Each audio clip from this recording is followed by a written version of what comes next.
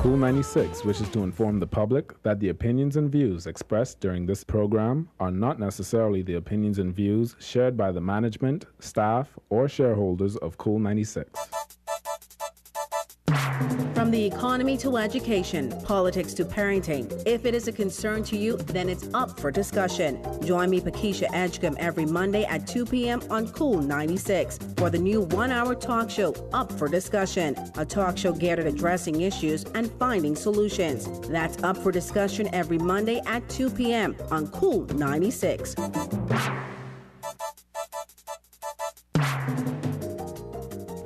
Good afternoon and welcome to Up for Discussion. I'm your host, Pakeshia Edgecombe. Thank you so much for joining us this afternoon. We took a break last week to celebrate the holiday, but now we're back and with a very, very special guest today. We will have in studio Erin Ferguson of Citizens Review, a Nassau-based program. Also joining us today is co-host Yolanda Hanna. It promises to be quite a discussion this afternoon here at Up for Discussion. Now, our guest today, Erin Ferguson, many of you are familiar with, he serves as the host of Citizens Review on JCN Channel 14. Now, Citizens Review is into its 7th season and going strong.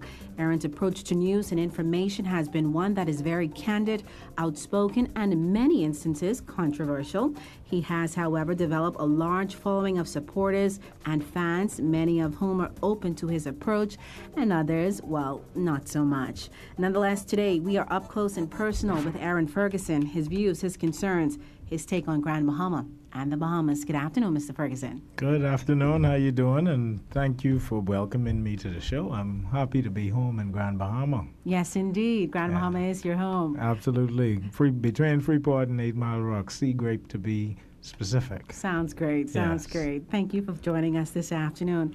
Well, as I noted earlier, your show Citizens Review is into its 7th season, is it? We're going on the 7th season, yes. And it's been difficult because you could imagine that there are a lot of people that don't want to hear the truth, but I call it the controversial consensus. It's amazing to me that everybody agrees, but it's controversial. And I've never seen an opinion that carries the crowd's understanding, the crowd's liking, but it's a controversial opinion. So it doesn't make sense to me, but it speaks to the fact that for a very long time, Bahamians haven't had a voice. Right. And that's what Citizens Review seeks to do, to be independent, accurate, bold, and particularly objective to our political system. Right. And just present the information as it is. What inspired you to begin such a program? Well, I studied comparative politics and international relations, and then I also studied classical civilization, which is from whence these systems have come. Greek, Roman, and Egyptian civilization, literature, their drama, all of that stuff. And, I always knew that it was my job to sort of have some sort of influence on our political process, to come back home, which I decided to do when I left Washington, D.C. But I was not sure what that was going to be until I stumbled into radio, and then Aaron Kiki Knowles of the F&M kicked me out of an F&M convention. And when he kicked me out, I promised him that he would regret that attempt to silence democracy for the rest of his life. And then came Citizens Review. Yes. So in all honesty, it was slightly a vendetta, but it has become my life's work in a way. And I'm very young, so life's work is contextual. Right. But that's how I got started. And I have a passion for the idea of a Bahamian and everything that stands for. And, we had a little meeting in the coffee shop before we came in. A man said something that was so interesting to me. He said, there is a Bahamian and there is a grand Bahamian. And so I feel pleasure that I am one of those Bahamians that are grand Bahamians. Indeed. And that speaks volumes to me. It was so interesting how he coined that. But that's where it came from. It was a man who decided to tell me that I could not have a voice. And then I started to look at the issue of people having their own voice, and there was a lot left to be said. Well, you are indeed doing an exceptional job in that area of bringing the citizens' voice to programming and indeed to media. Again, our co-host for the day is Yolanda Hanna. She'll be joining us and letting us know, also questioning Erin today. Our sponsors are Kelly's Freeport Limited, Pine Yard Steel Fabricating and Construction Company, as well as Crosstown Convenience Store and Sias Restaurant. We want to thank all of our sponsors for today's program. Now, Erin, the first time I watched Citizens Review, I cringed, literally. I was not familiar with that type of news and information feed due to the fact that for many years you would have seen that there are a lot of journalists that go out there, but to tell what is actually happening, we've seemingly kind of hidden it under rugs. How do you feel when persons come up to you, those who are trying to silence you? What does that even encourage you even more? Well, it does encourage me more, but I come from, as I said before, the tutelage of Cornel West. And Cornel West, who was a Princeton professor, he was a Cornell professor, now a Princeton professor, and he may be at Stanford now, if I'm not mistaken, made it clear to us at Howard University that if you were not prepared to die for something, go get a job on Wall Street. Go make some money, because otherwise doesn't make any sense. And that's how I feel. I got to do what I got to do, and you got to do what you got to do. And if what you got to do includes doing something to harm me, then that's what you got to do. But at the end of the day, I say this, and I say it understanding that it pains my mother to hear this. But when they kill me, I've done my part. And so then the rest of y'all got to go do what you're supposed to do to bring the country to the place where it needs to be. And I am not afraid of that. I understand that that may be a consequence. I understand that I deal in the business of exposing some very unscrupulous characters, but it is what it is. One of my professors, Dr. Babalola Cole, he's a West African, and he said one time that the strength of the African liberation movement is that they came into appreciation of the concept that whether they spoke or did not speak, the predicament of blacks in Africa was clear. And that's our issue. Whether we say something or don't say anything, which is very critical in Grand Bahama in particular, I call it the silence of the lambs. We Grand Bahamians are scared to say anything. Everybody work for the port or the container port or the port authority. And that's a scary prospect. But we have to say something because our predicament will not change. Whether we say something or don't say something, the predicament is very clear. Why is it so important, do you believe then, for us to speak up and speak out about the issues that are actually impacting not only Grand Bahama, but our country? Why so important? Well, we learned this from the nation builders that are on the front line. When you went to school and you learned from your teachers, they told you knowing is half the battle. If you don't know what's going on, what you're doing, what's happening, then you halfway away from where you're trying to go. You have to know, and in order to know, you have to communicate and talk about these issues, and then proceed to establish what your interests are, and then proceed towards achieving your goals. I tell people we have a unique problem in the Bahamas. There are countries, organizations, cities, counties that fail at their national plans, their development plans. They're trying to achieve it, but they're missing some of the mark. The UN has Millennium Development Goals and all this stuff, and they may not be achieving some, but they're trying to get it done. In the Bahamas, we have this unique situation where we have absolutely no plan. We ain't failing at nothing because we don't have nothing. We don't have interests. We don't have foreign policy. I don't know what Fred Mitchell and Perry Christie them just do when they go to the United States other than find out what they need us to do, because we don't have any declared interests. The interest of the Bahamas is, y'all got any people who want to come on vacation? Well, that's not interest. And that's critical to our problem because we don't know. Knowing is half the battle. We haven't talked about these things in any critical way. We haven't been honest with ourselves about what our establishment is, and it is simple, and I can outline it for you. I want to take people in Grand Bahama and anyone else listening to this through a clear understanding of what our predicament is. So let's have the discussion. Where is our economy? Well, our economy is a labor economy. It's a 19th century built economy. So you have slavery that brought West Africans through the transatlantic slave trade into the quote unquote New World. That was 15th, 16th, 17th century. In the 18th century, they abolished slavery.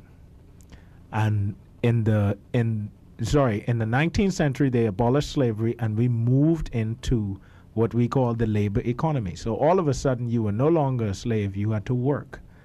And you had to work as an indentured slave.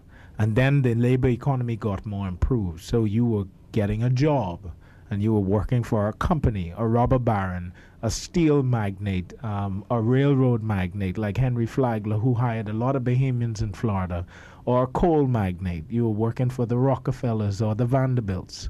And that's when the economy shifted a bit from labor into industry, the 20th century.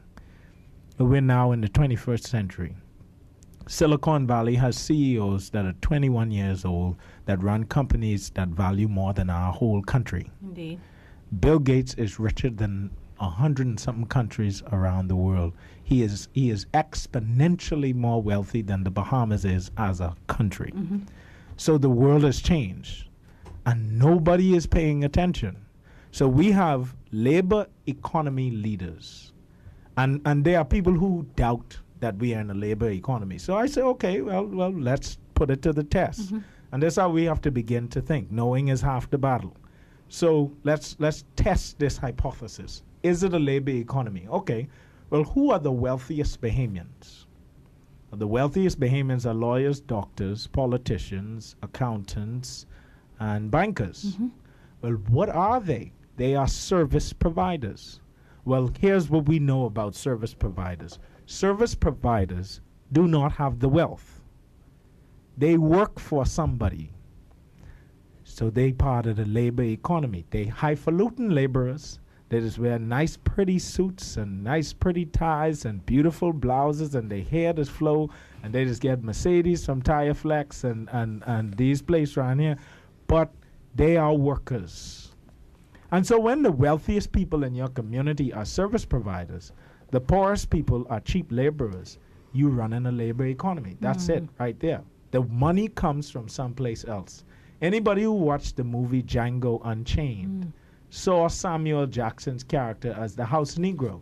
Well, what does the house Negro do, a.k.a. the upper class Bahamians? What do? They don't pay attention to who have the money. The house Negro does not pay attention to whether the master is managing the affairs properly. The house Negro makes sure that other Negroes working hard. They make sure that there's productivity on the field. They make sure that Atlantis has the employees that they need. They make sure that Bahama can get the 5,000 Negroes that they need to employ. And so our politicians are managing a very active, thriving, wonderful labor economy. It works very well. I think people need to commend Perry Christie and Hubert Ingram and Lyndon Pinland in particular, who decided, contrary to what they sold us as an idea, because Pinland came in to running the PLP saying that we would take down this barefoot economy, as Randall Fox labeled it. Randall Fox said, listen, we can't have tourism destroying the people. Fidel Castro kicked tourism out as a concept in Cuba. Stafford Sands say, oh, that's perfect. Come, bring that to the Bahamas. Year-round tourism. And Stafford Sands is really the architect of how we exist. So here's what he did. He fortified our labor economy. He said, listen, what will happen is foreigners will come in, foreign direct investment. They will bring the money to me, Stafford Sands, I corrupt politician. They will work it through my law firm. No mistake that most of our politicians are lawyers because they follow the model. They will bring the money through my law firm. They'll get all the approvals they need, and then they will go ahead. And I'll pay Etienne Dupuche $10 $10,000 and this one on $10,000, and all the politicians who are Bay Street boys like Mr. Bancroft and Mr. Lightbourne and Mr. Kelly and Mr. Pritchard, we'll make sure they get a piece of the deal. And once they get a piece of the deal is locked. And so the service providers or the merchants of Bay Street, we remain service providers, got the money. They were the wealthy class, and the foreigners came in. They owned the production. They owned the labor. They owned the profits. And the black people stayed workers. And so Pinling, when they gathered the black masses, and Pinling is a great man, there's no denying that, but this system he kept. When they gathered the black masses, promised that they would destructuralize that system. But the day Pinling won, he promised the investors that he would keep a stable economy. He would stabilize this country. There would be no dangers to their investments. Don't worry about it. Have faith in us was the quote. And so the system kept going. And so no one, go ahead. Yeah, and it still exists today. And yeah, you can't blame Hubert Ingram and Perry Christie for following that model. That's all they know. They're in future shock. Facebook is making billions of dollars. They don't even know what that is. They don't understand how it works. They can't tell you what Twitter is as a development from Facebook on statuses, what Instagram is as a development from Facebook on pictures, what Path is as a development on Facebook that fuses statuses and pictures. They can't tell you what Tumblr is. They don't know that the weird children just use Tumblr because they like art and they like graphics and they like artistic things displayed in weird kind of ways. They don't understand why Groupon that sells coupons makes billions of dollars. They don't understand why Living Social makes billions of dollars. We don't have a public transportation system, but there is an app called Uber Taxi that exists in New York and DC and big cities. And you literally get on the app. All the taxis are on GPS. You signal the taxi you want. There's a taxi within 5 minutes of you. When you message that taxi, the taxi comes. They call your first name because you registered and they charge you. We're far behind, are you saying? Very far behind. We are not even participating in the 21st century. We are information dummies. And we have politicians that are 20th century born, 70-year-old men that cannot even begin to process how the 21st century works. Hold that thought. Let's just take a quick break and we'll be back and find the solutions right after this. Crosstown Convenience Store has savings blooming in every eye. Crosstown Convenience Store has savings blooming in every eye. We got everything you need, from houseware to groceries, knickknacks and motor oil, giving you variety. It's the ultimate convenience store. Crosstown Convenience Store, located in the Crosstown Mall on Settlers Way and East Atlantic Drive. We have savings blooming in every eye. Crosstown Convenience Store has savings blooming in every eye. Crosstown Convenience Store has savings blooming in every eye. Kelly's Freeport Limited has been serving Grand Bahama for more than 40 years. Everything you need for your home is at Kelly's. Housewares, home decor, bed and bath, hardware, building material, paint, lawn and garden, and much more. And for those special occasions in life, take advantage of the bridal, baby, and housewarming gift registries. Kelly's provides the best service, best selection, best value for the overall best shopping experience. So remember to shop at Kelly's True Value. Start right, start here. Have you heard about Happy Mondays at Sire's Restaurant and Bar? Well, on Mondays, Sire's rolls back their prices. Food and drinks are discounted all day long. They're not just offering you a free meal. On Happy Mondays at Sire's, bite into juicy homemade hamburgers and club sandwiches, or the best crack conch in town. Steamed or fried fish, baked rotisserie, or fried chicken.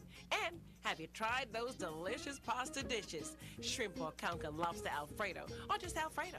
Check out Happy Mondays at Sire's Restaurant and Bar, 351-2876. Strutting It Boutique, located in the International Bazaar African section, has sexy backless dresses, cutout dresses, short shorts, tops, palazzo pants, heelless wedgies, pumps, flat sandals, sling bags, clutch purses, handbags, fashion earrings, and necklace sets. Selected shoes and clothes still 50% off. Also, don't forget to check out the $20 rack. That's Strutting It Boutique, located in the International Bazaar African section. At Bahamian Illustrated, they serve, promote, and design.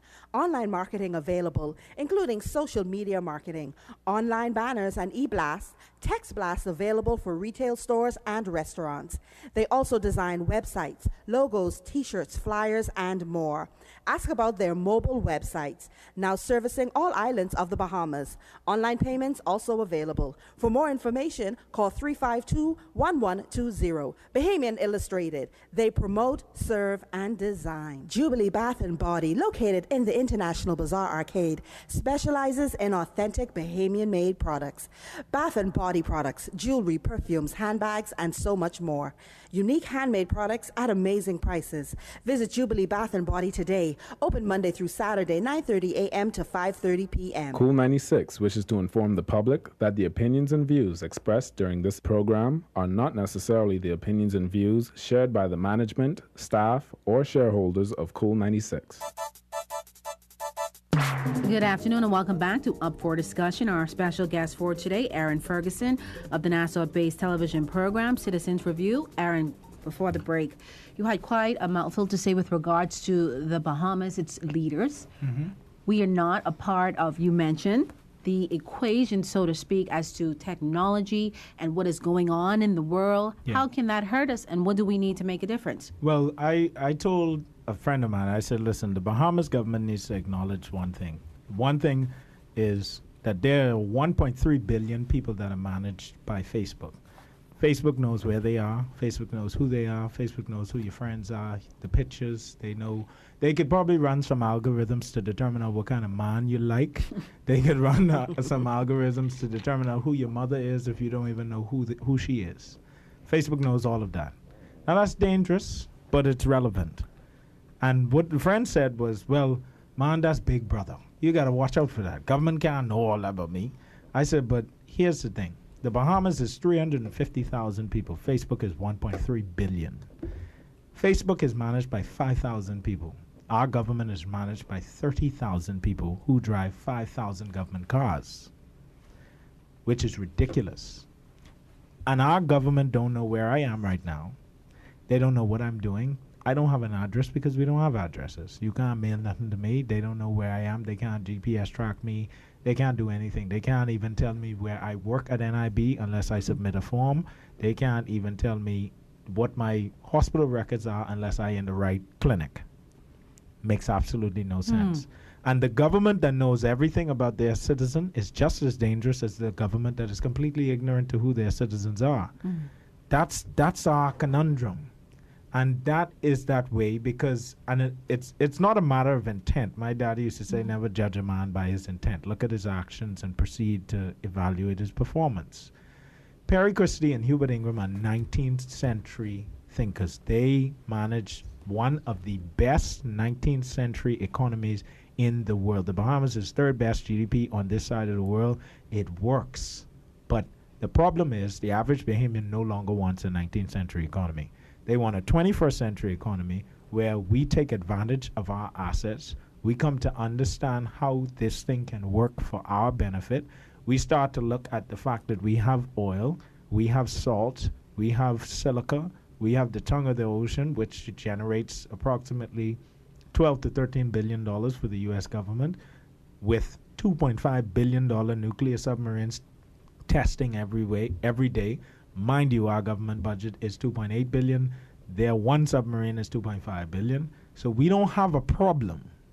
We have the purest limestone in the world that Bahama Rock proceeds kindly to blow up every day in Freeport and run the drag line to set everybody's clocks back and destabilize the foundation of the homes right at the beginning of 8 Mile Rock.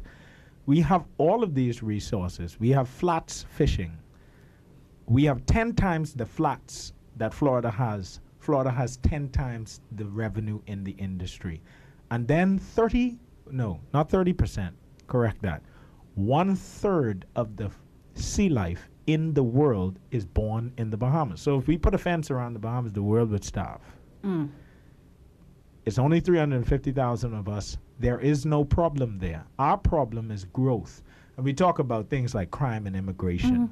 I like to address that in this way, because we have this tendency not to trust ourselves as Bahamians. We have self-image problems. We have self-loathing problems. We don't like the fact that we're black.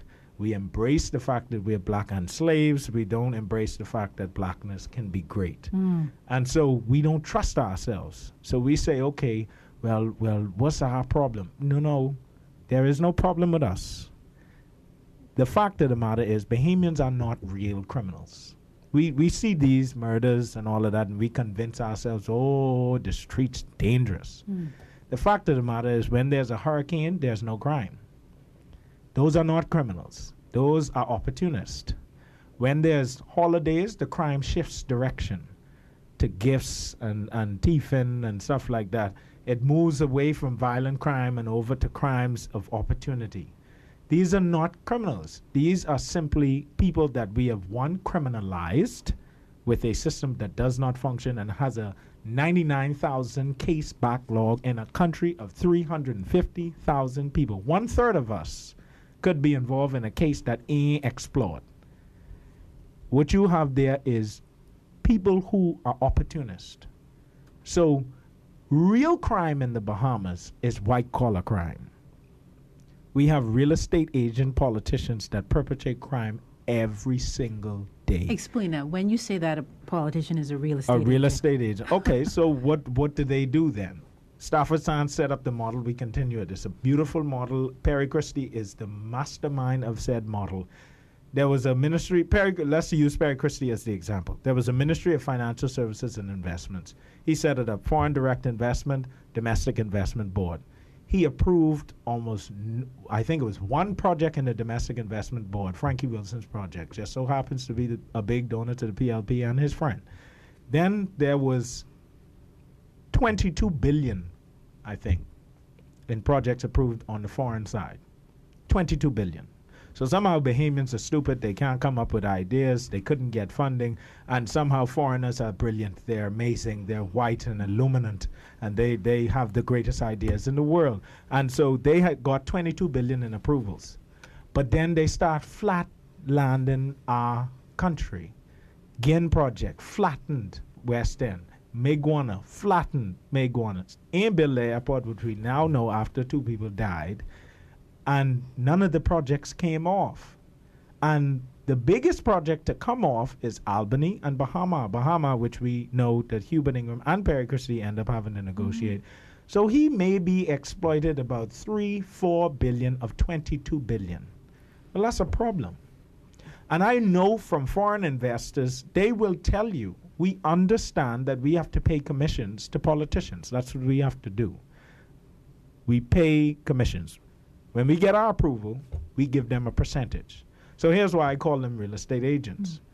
They understand that we have all this crown land, 10,000 acres to the I group. That's so sickening, it ain't even real. And Alison Maynard Gibson's daughter was VP at I group at some point. And she was the Minister of Financial Services and Investments when I group got their approval. So it's obviously clear. And so what they do is they get these commissions. Now, who gets the commissions? I don't know. But the commissions are paid by the foreign investors. Call one and ask one. They pay commissions when they get their approval. And here's the beautiful thing about it all, which is why Perry Christie is so good at it. He did it better than any of them. He put it in a ministry and focused that ministry on selling off our land and approving projects that may or may not ever get anywhere. Here's the beauty of it. When the Prime Minister gives you your approval, his job is done. The commission lands, and whether you build that project or not, don't make no difference. Well, who is to blame then? Because when it's flatlined, as you may have mentioned, Yolanda, you can come in on this. When it's flatlined, who is to blame? Are you blaming the foreign investor? They have every intent to do what they need to do. And if they're not doing it, then who should be held accountable? There should have been due diligence. If the ministry, a whole ministry was set up with supposed professionals that did due diligence on projects, more than 80% of the projects shouldn't fail. And you can't tell me it's the global financial crisis. More than 80% of the projects should not fail. That's a high and number. That ain't a high number. That's a failure rate that is unacceptable. That's ridiculous. That's a failure rate that leads us to question what was the intent of said ministry. Was it ever intended for these projects to be successful? And was there true due diligence done to make these projects actually viable? And I would argue that there could not have been, because there would not have been an 80% fail rate. And I dare say it's more than 80%, but we'll see. We'll see. Yolanda? Erin, I want to bring the argument specifically to Grand Bahama. Yeah. I mean, you are from Grand Bahama. Yeah. You know, son of the soil. Yes. And I just want to ask you, in your opinion, what is the problem? What is the problem in Grand Bahama? Well, we signed up for a deal that we never completed. So the port deal called for there to be a mayor of Grand Bahama, for it to actually be set up as a city center. The Ians, Ian Fair and Ian Roll, they are the protectors now of a shell company that gets a lot of money in for licensing and profits from percentages of deals that are cut in Grand Bahama. So they have no incentive to do anything. What they will tell me is that, oh, they try their best to get this thing going. Well, the problem with that is that the biggest projects that have come to Grand Bahama, up to and including the Gin project, was backed and financed and supported by the government of the Bahamas, which means that I really don't need Ian Fair or Ian Roll to do anything, because they are obviously incapable of bringing real development to Grand Bahama, unless they have a portfolio of development that they've brought that I don't know about. I suspect that there is such portfolio, but that portfolio only benefits the Port Authority. Examples, case in point, they built Gombe Land and Pioneers Loop so fast to make up for the deal that they needed to be re-signed in 1992 that they didn't even name the schools quick enough. And we all know about it. We all know they threw those schools up in no time because the election was coming up and they needed the 92 signature of their leases and licensee permission to be extended. Then we look at what they've done in terms of power generation. That is their responsibility.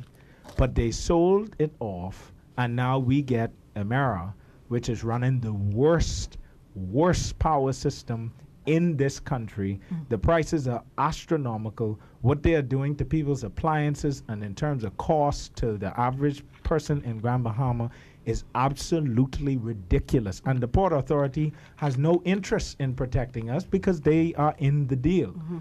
They've scalped out the Port Authority. So the Port Authority is a shell company. It holds the license, and everything else has been sold off. The airport is Hutchison Whampoa.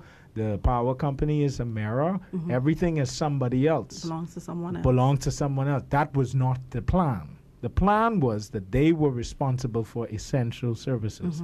All of the services that they have made businesses and sold off. And those services were supposed to then become the ownership of the people of Grand Bahama. And they have not. And they've not become that. What they have become is the means by which to keep people in Grand Bahama unemployed, to keep them unempowered, and to keep them broke. And what is happening is Ian Fair and Ian Roll are perpetrating themselves as the leaders of the new century. They will take the Port Authority into the new century. And Grand Bahamians continue to listen to them and their nonsense when, as I said, the last biggest project to be brought to Grand Bahama was brought on the backs of the Bahamian taxpayer in the form of the Gin project. Why are they not able to materialize a project? They cannot make this 500,000 acres profitable. So as a Grand Bahamian, listening to you today, what will you say to all of the radio listeners out there who are hurting, who are wanting to know where the answers need to come from? Because the questions have been asked over and over and over again. What are we to do in Grand Bahama? How are we to get out of this predicament? They've called on government. Grand Bahamians have been crying out to the government. It's obvious that, you know, the Port Authority will do only what they need to do or what they can do for themselves, right? For themselves. So as a business owner, as a resident in Grand Bahama, What is it that we need to do to move this country forward? Well, there are some practical things. So a case in point is the Lewis Yard situation. Grand Bahamians have to decide that they want a piece of the pie and they want to stick together. The situation with Lewis Yard, where they basically poisoned that area of the island, and you can't live there. Some people have gotten sick. You got to shut down the school, all of this nonsense. That land should be put into a trust because it is very valuable land. They intend to use the land. We know that. It's very, very valuable land to the tune of hundreds of millions of dollars. That land should be put into the trust for the ownership, credit to those persons who are from and grew up and were affected by loss of land due to that kind of contamination in Lewis Yard, and they should be the beneficiaries of that land and its profits. What I'm saying by saying that is Grand Bahamians have to determine that we want to see a different kind of Grand Bahama and we want to see a different kind of Bahamas. The opportunity is here in Grand Bahama, unlike any other island in the Bahamas, where we have 5 seats in the parliament. And 5 seats is a majority in our parliament. Why I say that is because we know the next election is going to be close, because we watched a sweep election in 2002, a tight election in 2007, a sweep election in 2012, a tight election will come in 2017. We have to be that margin. Grand Bahama can be that margin. It just has to determine that it wants to be. We can't look to Ian Roll and Ian Fair. They are not competent at doing what it is that they quote unquote are supposed to be doing. What they're doing is protecting the interests of the Port Authority. Why do you believe that? Why do you believe Well, the that? evidence suggests it. They've not brought any projects to Grand Bahama. The new project that come into West End, that's the government. The next project that come into former Isle of Capri, the government is backing that. These things are being brought by Perry Christie's regime, not the Port Authority. And if Ian Fair and Ian Roll telling me that they simply can't find nobody interested in an island paradise that is the most wired in terms of its fiber density in the world. The Bahamas is the most fiber dense country in the world. If they are telling me that they are interested in attracting real investment to Grand Bahama, all they have to tell me as the licensee is why they haven't stabilized the power problem. Because they know that if Freeport wants to be a manufacturing center as the free port, the no-tax port, you got to have the power sorted out, because ain't nobody coming here unless the power sorted out. Well, you sell the power company to the people who don't know what in God's name they're doing, and you persist to let them do what they feel like doing. You let them raise the prices, you let them provide an efficient service, and you are the licensee. You have the power to shut their inefficiency down, because it affects your city, your free port, in a way that is uncompromisable in business. But they allow it. Why do they allow it? Because they benefit. Why do they benefit? Because they're a shell company collecting fees. That's all they're doing. All of the development. And listen, when your development in your city, your advanced city, comes from Perry Christie, you running a bunch of nonsense. Because the country can't move forward with Perry Christie. And Freeport's supposed to. You are of that view. Yeah, and Ian Fair and Ian Roll, the only evidence showed is that Perry Christie bringing the development. Oh, Jesus Christ. Oh, wow. We're going to take a break right after that. Erin Ferguson is our guest for today on Up for Discussion. You can join in the conversation at 352-7440. You can call in with your comments, questions, concerns right after the break. At Bahamian Illustrated, they serve, promote, and design. Online marketing available, including social media marketing, online banners and e-blasts, text blasts available for retail stores and restaurants. They also design websites, logos, t-shirts, flyers, and more. Ask about their mobile websites, now servicing all islands of the Bahamas. Online payments also available. For more information, call 352-1120. Bahamian Illustrated. They promote, serve, and design. Strutting It Boutique, located in the International Bazaar African section, has sexy backless dresses, cutout dresses, short shorts, tops, palazzo pants, heelless wedgies, pumps, flat sandals, sling bags, clutch purses, handbags, fashion earrings, and necklace sets. Selected shoes and clothes still 50% off. Also, don't forget to check out the $20 rack. That's Strutting It Boutique, located in the International Bazaar African section. Jubilee Bath and Body, located in the International Bazaar Arcade, specializes in authentic Bahamian-made products. Bath and Body products, jewelry, perfumes, handbags, and so much more. Unique handmade products at amazing prices. Visit Jubilee Bath and Body today. Open Monday through Saturday, 9:30 a.m. to 5:30 p.m. Have you heard about Happy Mondays at Sire's Restaurant and Bar? Well, on Mondays, Sire's rolls back their prices. Food and drinks are discounted all day long. They're not just offering you a free meal. On Happy Mondays at Sire's, bite into juicy homemade hamburgers and club sandwiches, or the best crack conch in town. Steamed or fried fish, baked rotisserie, or fried chicken. And have you tried those delicious pasta dishes? Shrimp or conch and lobster Alfredo, or just Alfredo? Check out Happy Mondays at Sire's Restaurant and Bar, 351-2876.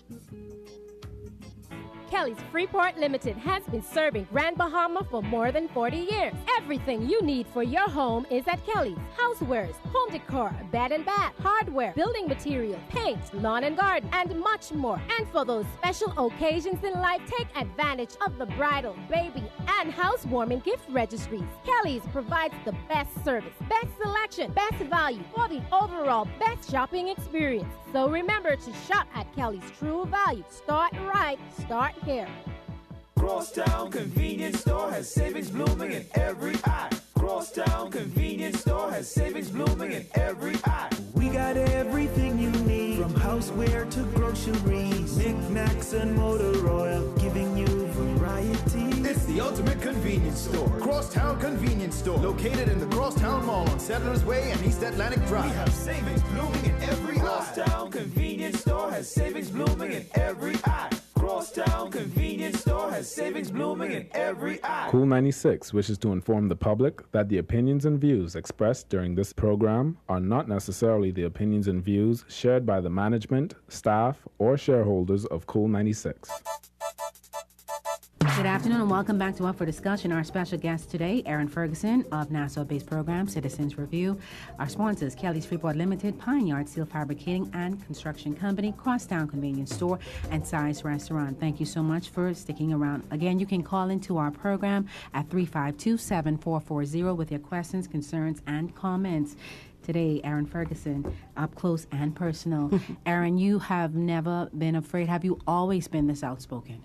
Or did it creep up on you? No, it didn't creep up on me. If you know from whence I come, I'm a Ferguson, a Francis, a Knowles, and a Smith. Knowles and Smith from Long Island, Ferguson from Auckland and Exuma, and also Francis from Bimini and the Berry Islands. And if you know my aunt, you know my mother and my grandparents, you know it ain't no... I buy this, as we say. So I've always been this way, and I don't like to think that I just make noise. Hey. I like to think that I think about what it is that I say. I'm trained in social science, and I analyze and I say what I see, and I ain't lying on these people. The fact of the matter is, Ian Fair and Ian Roll cannot show me a major development they brought to Freeport outside of the assistance of the Bahamas government and Perry Christie. And as far as I'm concerned, Perry Christie is no measure of achievement. And if that is going to be the route going forward, they need to be fired. Are you the most favored man in the Bahamas right now? I don't know who's the most favored man in the Bahamas right now. I don't carry a gun. Keith Bell got guns. I don't have no gun. Maybe Bernard Nordich is the man to fair because they carry weapons. Yeah, I don't have any of those. We have a call on the line. Go ahead. We have a call on the line. Hello. Good afternoon. Go ahead, sir. How you doing? Fine, thank you. I want to welcome Mr. Ferguson back to Freeport. Yes, sir. Thank you. Mr. Ferguson. Yes. Thank you very much for your comment. I do agree with you, but let me ask you a question. We have a concern on Grand Bahama. We really have no firefighting equipment, no fire department. I suffered some great loss last week. What is your advice to me going forward with seeking some compensation? And I do agree with you. You know, I don't want to sound like a preacher to you, but you know the Prophet Elijah made statements like you and I made on national TV. And he had to then hide himself into the wilderness but God provides a rearing to feed him. Yeah. You see what I'm trying to say? God provides something that would be called a crow to feed him. God will provide for us because we're standing up for his people. It may be hard, but I think at times we need to stand up and let our voice be heard. And I want to thank you for doing that. But I'm asking you, what do you suggest as me as a small businessman that has suffer a loss of over $100,000 by the hands of, I felt that the fire department elected me as a citizen. What is your suggestion that, how do you think I should go ahead with dealing with this matter? Again, as far as I know, the Port Authority is responsible for essential services. They built the Rand Memorial Hospital, which was a half-baked effort at a hospital, and they are responsible for these kind of basic services. But here's what I say. There's some technology of smaller fire trucks. I think they're on F-250s or F-350s, and I spoke to a critical thinker who's a Grand Bahamian about this. And these fire trucks have the ability to pump. They cost, upwards of $50,000, and not as expensive as these $250,000 fire trucks. And they have the ability to pump water. They're inexpensive, and they could solve the problems of fire. It doesn't cost us so much money to solve these problems, but again, we don't have 21st century thinkers who are embracing 21st century technology and innovation. And the other thing is, if you dig 3 feet in Grand Bahama, you hit water. The other thing is that we buy fire equipment that cannot handle corrosive materials like salt water. We in the Bahamas of islands, is salt water within reach of most places. You could use saltwater equipment to out fires, and it would not cause a problem unless it's a specific type of chemical fire where you have to be careful of what type of substance you use. There are solutions to these problems, my brother. And the sad thing is that you, like everyone else in Grand Bahama, are subject to the shell company that is the Port Authority that has dubbed out all of the essential services like the airport, where I just have to now come, instead of to my nice airport, which I grew up coming into, I just have to come into a damn warehouse over on the corner to the side where all the Negroes them just pile up. And then every once in a while we get a little island hopping tourist to come on the plane with us. The service entrance. The service entrance, we just go through the back door. That is the kind of mentality that's being propagated in Grand Bahama, and they making you think that there are no solutions because they can't afford the $250,000 fire truck. You don't have to spend that much money. So what do you say on this case where the Port Authority are then giving government on a yearly basis over some $100+ million? Shouldn't government, the law stipulates that the public welfare and the safety of the public lies solely at the feet of the government. The government is responsible by the Constitution. It also goes on and states in the Constitution that I cannot sue an individual, but I can sue an entity for fire if it is dialed out as accidentally. Yeah. My case is that my fire was not accidentally because I have called 14 hours in advance, and that's my case. Going forward, I'm looking for some sort of solution to my problem, and for the other Grand Bahamians who might suffer the same loss. Yeah. In addition to that, I do agree with you that our leaders and vision don't have no vision. We have a hotel in the bazaar, which is the _1 location for our hospital. We have the bazaar road closing up the travelers from getting to the bazaar to see what's going on. This is an excellent idea for us to put a hotel there, an international hotel. You see what I'm trying to say? Yeah. And again, the Eons are incapable of attracting the development, and they cannot answer for us why. Well, I think that it's trying. I also feel that they are trying in some which way, but I feel that the government has to be more proactive in dealing with some things. I, for one, myself, has been trying to open in a trade school for 3 years. I've been waiting for one letter for 2 years. Yeah. You know what I mean? So the government itself is slow itself. So whether we want to find the blame at the Port Authority solely, I still think that the government is responsible for it. And that goes back. Thanks for calling in, man. I appreciate it. That goes back to this what I keep hearing about, this little cute, funny foolishness that is called, I think they call it the Ministry of Grand Bahama.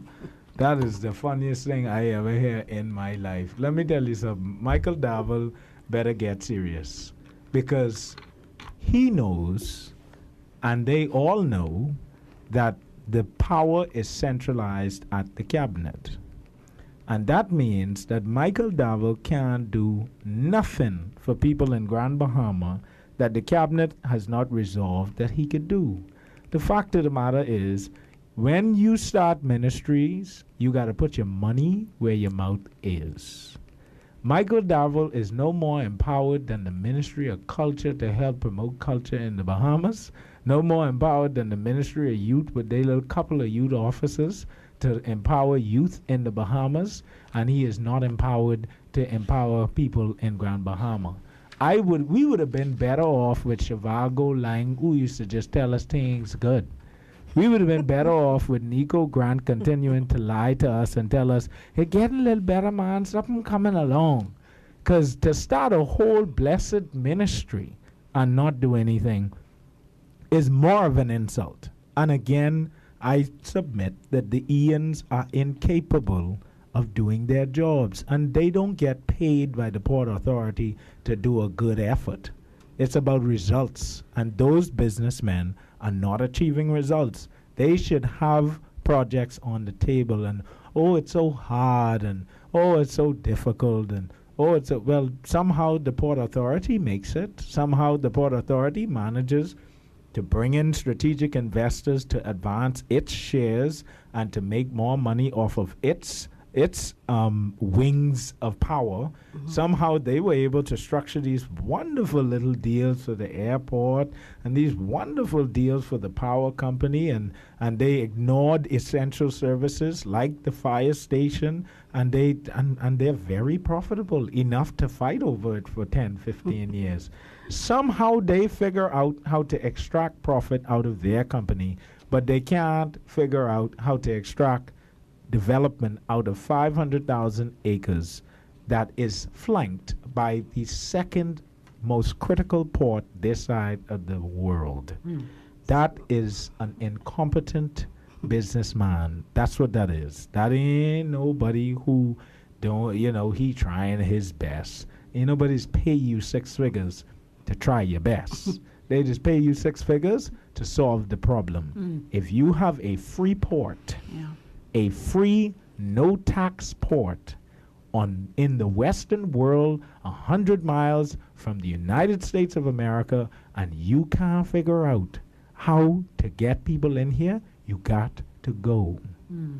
That's very plain and simple. So, Erin, knowing this, as just a resident of Grand Bahama, a citizen, you're not a politician, not an expert, knowing everything that you've detailed, having that knowledge, why is it we sit so quietly by and not support persons like yourself, band together to push forward change? Because it's obvious that the change is in the hands of the residents.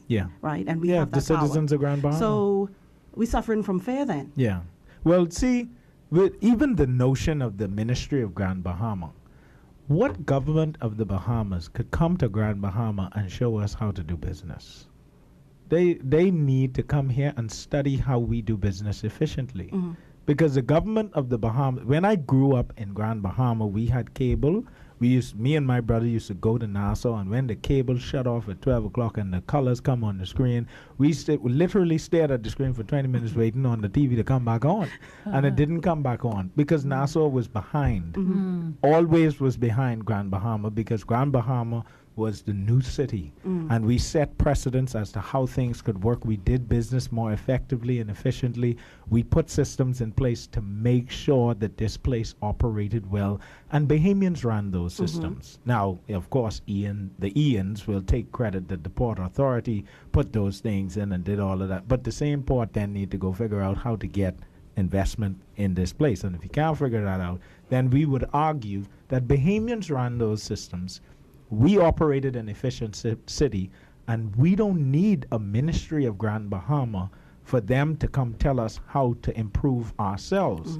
We need to be empowered and moved away from this licensee concept, which is allowing the Port Authority to run a shell company and profit huge on the backs of people in Grand Bahama. Do you pardon me, do you agree then that perhaps Grand Bahama is so much, too much Freeport centric? You have outlying areas as well. Why isn't there anything being done in these areas, areas which the government is responsible for? But I think the problem with Grand Bahamians is that we have a self-pity issue. The fact of the matter is, when I ride around Grand Bahama at night, power off in plenty homes. I've done it before. Every time I come, I just do the ride around. And we don't have street lights everywhere. So you just have light on by your house to keep your house lit. And when them lights off and ain't no TV glimmering inside, I know your power off. And the fact of the matter is that is widespread. It's plenty people can't afford to keep their power on. What that I think it inspires is a sense of self-pity for Grand Bahamians. And what that has caused us to do is to wallow in the depression of the fact that we are not getting anywhere. We keep trying, we ain't nothing happening, and we ain't moving. Well, the fact is that Grand Bahama has the political maneuvering power to change the whole Bahamas. And we're very cliquish. And we decide who we going, but everybody's go with that. And it's not something that we say, but it's something that we do. And the fact of the matter is, we are suppressing our children in the next generation. We're keeping them quiet. The parents from the Port Authority and the container port telling you, shh, don't say nothing. Don't say nothing. Just try to get your way. But that is not working. That is not getting us anywhere. And we have to use the strategic power of being the only island outside of Nassau with more than 2 seats. The only island with more than 2 seats. We have the ability to shift the paradigm in the parliament and demand rights for people in Grand Bahama and come to the parliament with the understanding that we have one of the best city center setups in this side of the world. And we could bring that to the benefit of the Bahamas. The fact of the matter is, Bahama Rock, as far as I've seen, makes almost $1 billion a year in profit. The Port Authority benefits from that, and they know they're making this money, which is why they don't need the city to be up and running for them to make a lot of money, because they have certain investments around here, and those investments benefit them. That's why the whole city got to be subject to poor power supply so that they could run that drag line, so that they can make that $1 billion. Well, the fact of the matter is, that's the people's $1 billion, and we need to go for it and stop being so quiet. Grand Bahamians have to determine that we are Grand Bahamians. And this is our place. This is the quickest hour ever. Thank you so much for joining us. But before we go, quickly, if you can wrap up for me, 40 years of independence just around the corner. Are we better off now? We're better off because we've moved forward in some ways, but I say it like this. Lyndon Pinling is the father of the nation, and a father he is. Parents can be the most constructive and destructive figures in your life. I've seen parents make children, and I've seen parents break children. And Lyndon Pinling is the best and the worst thing that has ever happened to the Bahamas. He overstayed his time. He continued a system that he agreed that he wouldn't stay, but he brought us into independence. He brought us into prominence, and he stabilized this economy. He's the best and the worst thing that ever happened to us. I think the world has been waiting for us to step up, move to the plate, and walk into the 21st century as the most fiber-dense country in the world that should be the most progressive country in the world. There are only 350,000 of us. There are almost 5 industries in this country worth $1 billion. Salt, aragonite, silica, the tongue of the ocean. We have the flats. We have oil. We have all of these things. And 350,000 people cannot starve, cannot be stupid, cannot be held back if we have all of those resources. Just like with the Port Authority, with the billions of dollars made in Freeport, and the people should own it. It's just like Lewis Yard with the millions of dollars that will be made on that land, and the people should own it, just like those industries in the Bahamas with the billions of dollars to be made, and the people should own it. The tongue of the ocean is valued at $12 to $13 billion. Our national debt is $4 billion. Our budget is $2.8. That's only $7 billion, and they make more than that every year. All right. Well, like I mentioned earlier, this is the quickest hour ever that we've ever had here for discussion. We want to thank you so much for coming in from Nassau. We are definitely going to have you back. Thank you. But our hour is up. We want to thank Erin Ferguson of Citizens Review, our co-host for this afternoon, Yolanda Hanna. Also, thank you to our sponsors, Kelly's Freeport Limited, Pine Yard Steel Fabricating and Construction Company, Crosstown Convenience Store, and Sire's Restaurant. And speaking of Sire's, Erin will be there this evening, shortly after 6. So if you want to come by and meet him, let's talk. Let's talk some more with regards to Erin's views, concerns, and approach to the Bahamas. Well, thank you so much. Thank you. Good afternoon. Thank you to all our listeners. Good afternoon, everybody. Cool 96 wishes to inform the public that the opinions and views expressed during this program are not necessarily the opinions and views shared by the management, staff, or shareholders of Cool 96. Cool 96.